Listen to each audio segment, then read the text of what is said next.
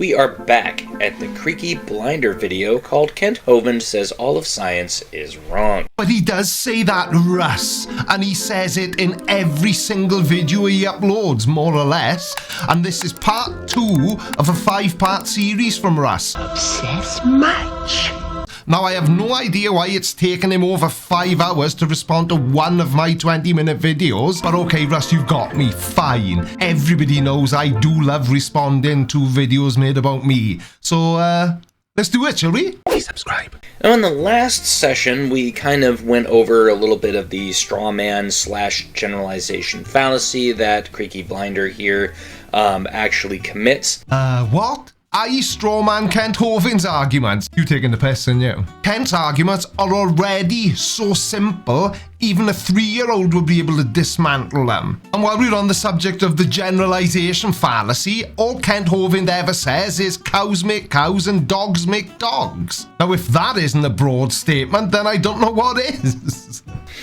But I wanted to kind of touch just for a minute on his claims that Kent Hovind was kind of like, because he tends to quote Hitler like, oh, are you trying to, bring out all of this stuff?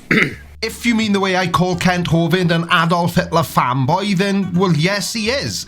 Or else he wouldn't mention him so often. Now, for Creaky Blinder's part, most of this is something that is sort of, yes, Kent Hovind does tend to quote Hitler. Well, there you go then, Russ, and thank you for validating my point. And I know why, but it'll be more fun to let Russ dig himself into an even deeper hole. But only in the context, if you actually look at it, only in the context of, like, a negative context. Like, for instance, in the first part of this video series, Kent Hovind mentioned that, it's like Hitler said, if you let me control the textbooks, I'll control the state, which is something that Hitler actually said. Now, even though Russ has already confirmed that I'm right and he's wrong because he's just verified that Kent Hovind does indeed say what I said he says, but we'll dive a little bit deeper into it just for clarity. Now, Kent Hovind quite often cites Adolf Hitler as having said something along the lines of controlling education to control the state, or something like that. And this next sentence is, well, it's absolutely shocking, and I wanted to prepare you for it. There is no verified quote directly from Hitler that matches, if you let me control the textbooks, then I'll control the state. Now, what is well documented is that the Nazi regime did control educational content and use propaganda extensively to shape public opinion and policy.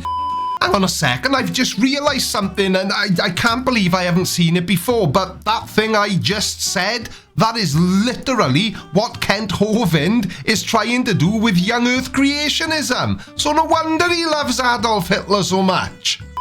Now, whenever we hear Kent talk about Hitler, it's usually something along the lines of Hitler was an atheist, therefore all atheists are evil God-haters. So like I've already said, Russ, Kent Hovind uses Hitler to further his own agenda. And the fact that you've already confirmed that I'm right about Kent saying that means we can move on. So thanks, Russ.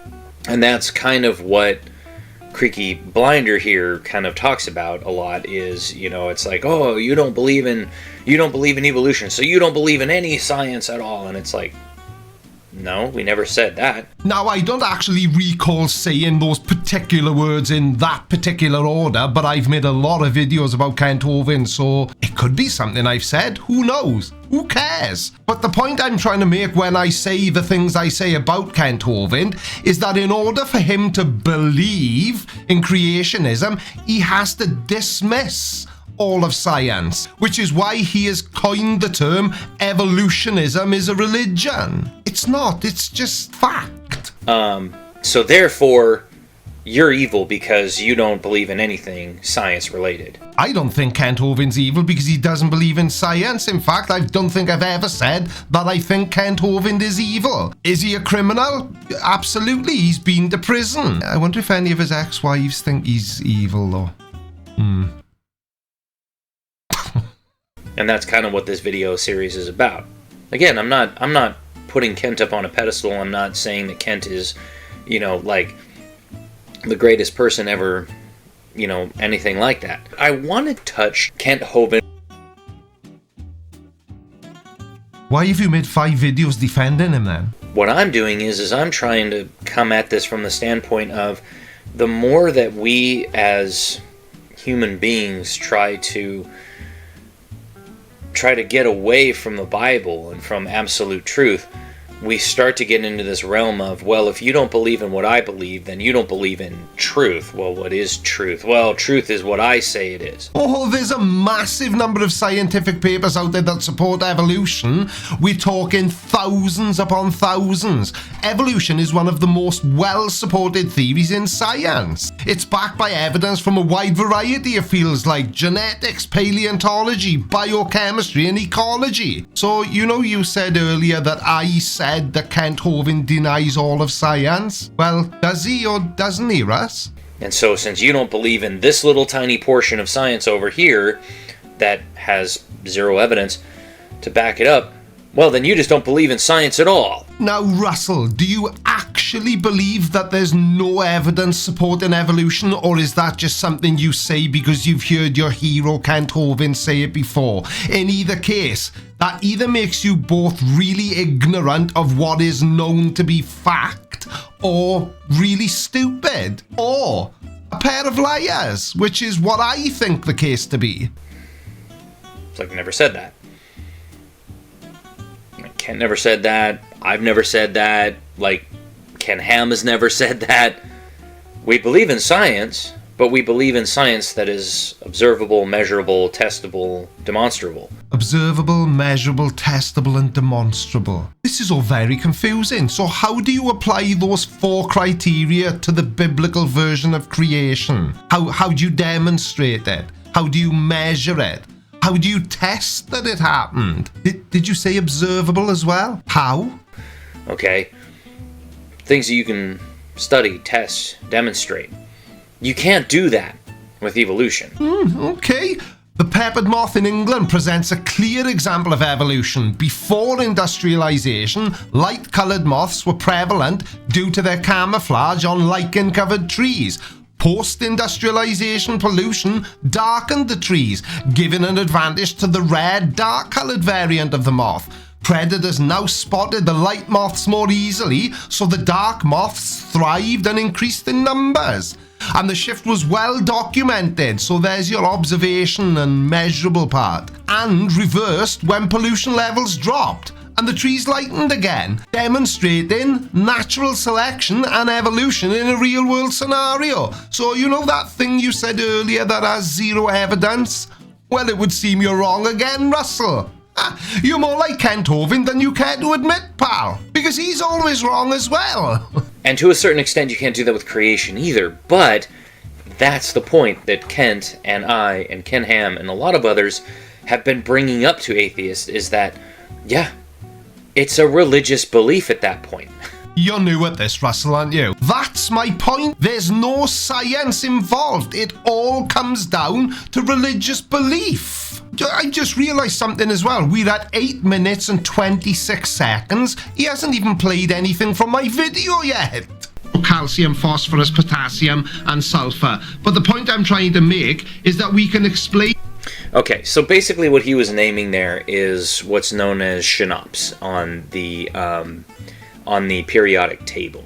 And carbon, nitrogen, oxygen, phosphorus, sulfur, it's like most of the materials that are necessary for life. Hydrogen's in there too.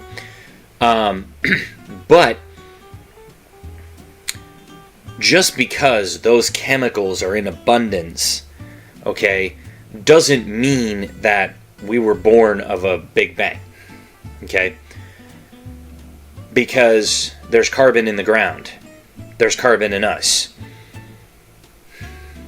And the Bible clearly states, we arose from dust. God formed us from the dust. So the fact that the chemicals that make up human beings are also the most abundant chemicals in the observable universe is just a big coincidence then.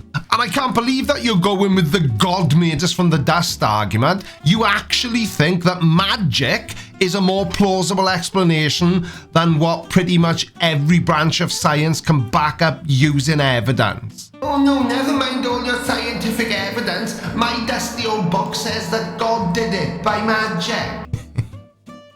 And creationists wonder why people laugh at them.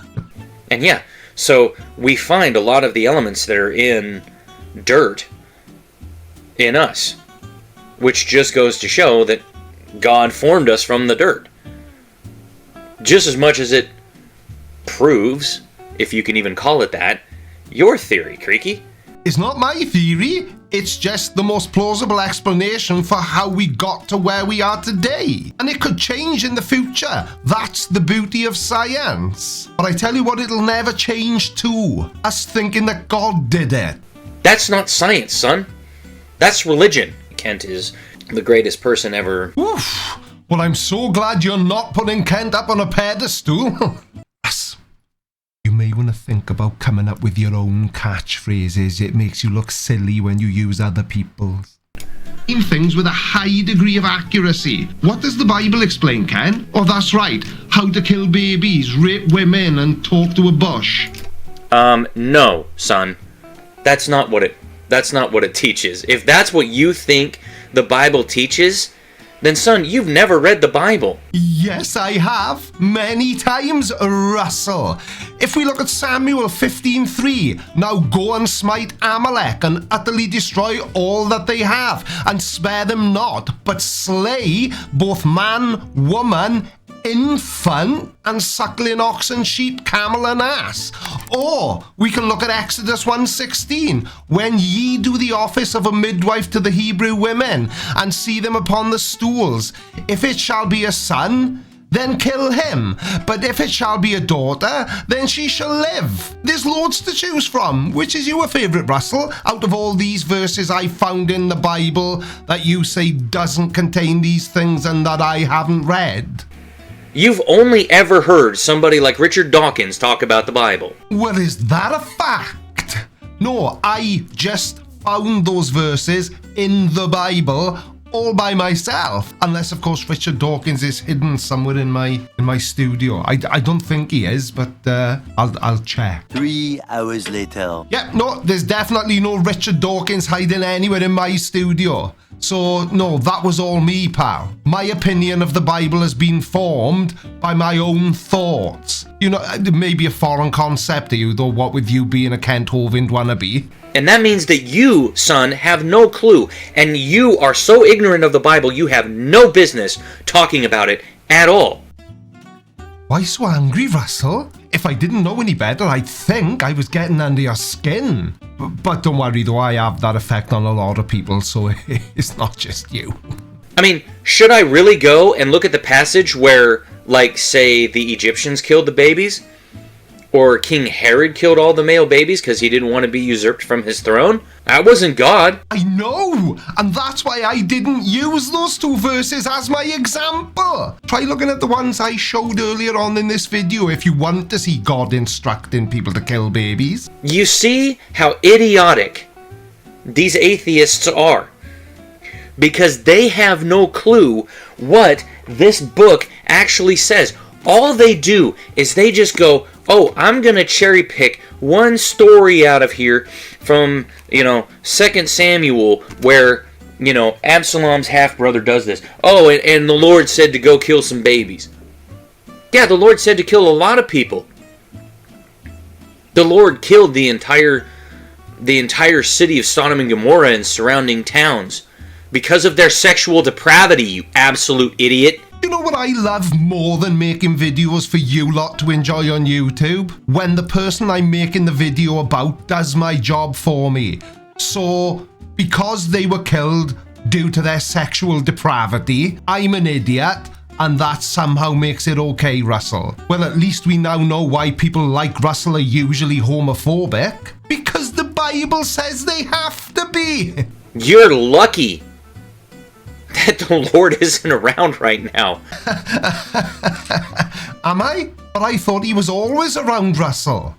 Because I can guarantee you that cities like San Francisco, New York, Los Angeles, San Diego, Seattle, Las Vegas, Chicago, I could go on and on and on about all of the damn cities that would be destroyed like that should God ever decide to come back. And the plot thickens, and I'm getting more and more confused by the second. Russell, I thought God was all-knowing and all-seeing, and he was always watching me and always watching you. What, is he on like a week off or something? Oh my god, this guy is a complete moron. He can't even get his own story straight. And you have no business standing around talking about a book that you know next to nothing about. Why are you getting so wound up, Russell? This is just fun for me. I enjoy replying to people like you. Why are you getting so angry? Do you need a hug or something? I probably know more about the Bible than you ever will. This is what frustrates me, and this is the reason why I do this, is because I need people to understand that if you're not out there pushing back against this, this is what they believe about our Bible. I don't believe anything about the Bible. In fact, Russell, for people like me, belief isn't even part of the equation. My opinion of the Bible has been formed by the things I've read, wait for it, in the Bible, you dick. Okay, I want to touch Kent Hovind. How about this one? Textbook right there on the shelf. How the universe was born 18 to 20 billion years ago. All the matter in the universe. Would that include the Pacific Ocean and the Rocky Mountains and all of Earth, all of the moons, everything, all the planets, all the stars? Now, I can never figure out whether you're just a complete moron, a compulsive liar, or both. It's probably both, isn't it? Actually, Creaky, what he's asking is a legitimate question that you're not answering. You're dodging it. You're doing the Dillahunty dodge right here. And I'm not dodging anything. All I am saying in that clip is that Kent is oversimplifying things, which I know he has to, you know, on account of being a simpleton himself. Much like yourself, Russell. But nobody is claiming that everything in the world as it is today was crammed into a dot the size of a period on a page. That's not how evolution works. And Kent knows that's not how evolution works. And you probably do as well. But you have to misrepresent the argument to make any headway, which you never do anyway, so it's all completely pointless. For you, for me, it's great fun. Okay, because you're trying to go around the question. He's asking a legitimate question. Okay? How much matter is in the Pacific Ocean? Have you ever thought about that? How much matter is the Earth? How much mass is in the Earth, and how much of that matter, okay? And you guys believe. As I've already said so many times, belief doesn't come into it, Russell. And you know how you said earlier on that I had no right talking about the Bible because I didn't understand the Bible? Well, right back at you, pal. Because it's clear from the statement you just made that you have literally no idea what you're talking about. And it shows. But I encourage you to keep it up because then I get to keep making videos. You truly believe this is in your theory, okay? Again, I told you this last time. This is in your theory, okay? You all believe that it was squished down into a period, okay? Into a dot smaller than a period on a page. All the matter that was in the universe then, well, yes, that is what the evidence points to. All the matter that's in the universe right now, as in today, absolutely not. Nobody is saying that the Big Bang happened and everything was exactly as it is now. That's just what idiot creationists say in a vain attempt to try and discredit science.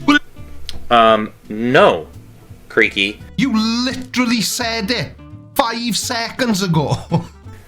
We're asking a legitimate question. Because all of that matter had to come from somewhere. Because again, the first law of thermodynamics states that matter can neither be created nor destroyed. It can only be transformed. And yet you, yes you, Creaky, want to sit there and say, oh, That's not how the Big Bang works. Then how does it work? Well, I'm afraid, Russell, that you are not going to get an answer to that question until part 3 in the series. Because this is part 2, in case you weren't paying attention. I'll link part 1 below. I wasn't going to respond to Russell at all, but I decided it would be rude not to. And because his response to my original 20-minute video is 5 videos in a series which are all 1 hour long, I've done a bit of quick calculation and I've worked out that I can probably get 10 videos out of this. Yay! And they'll come 1 video a week over the... Don't worry, I'm not going to be ramming Russell down your throat. As always, a huge thank you to my Patreon members and my YouTube channel members. Your support literally means the world to me. And I honestly could... I know I've said this before, but I literally couldn't do this full time without the help of people like these. Thank you all so much for watching, and I will see you all again in a couple of days. Love you, bye. Oh, you're still here then. I hope you enjoyed this video and maybe even learned something new. If you did, then you'll probably enjoy this video as well. Don't forget to hit the like button if you haven't already, and subscribe if you're new. And I will see you all again very soon, or in a few minutes if you do decide to watch this recommended video. Love you, bye.